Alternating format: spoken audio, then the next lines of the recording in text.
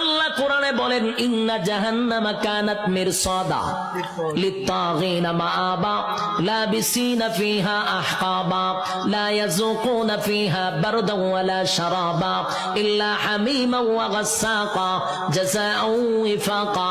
আল্লাহ বলেন ইন্না জাহান্নামা কানাত মিরসাদা, নিশ্চয় জাহান্নাম তোর জন্য উত পেতে বসা, লিত্তাগিনা মাআবা, সীমা লঙ্ঘনকারীদের জন্য জাহান্নাম, লাবিসিনা ফিহা আহকাবা, এ ভাই যুগের পর যুগ জাহান্নামে থাকতে হবে, লাবিসিনা ফিহা আহকাবা, যুগের পর যুগ সেখানে অবস্থান করবে, লা ইয়াযুকুনা ফিহা বারদান ওয়ালা শারাবা।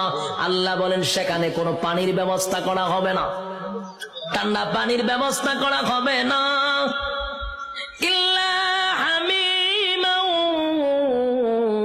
ওয়া গাসসাকা। তবে চিৎকার যখন পানির জন্য মানুষ করবে তখন আল্লাহ একটা পানি দিবে, এই পানিটা হবে তোর শরীরের রক্ত, তোর শরীরের পোষ, বিষাক্ত পানিটা পান করার জন্য দিবে। পানি গরম টকবক, পানিটা পান করার পরে জাহান্নামীদের নারী বুড়ি সব বাহির হয়ে যাবে পায়খানার রাস্তায়।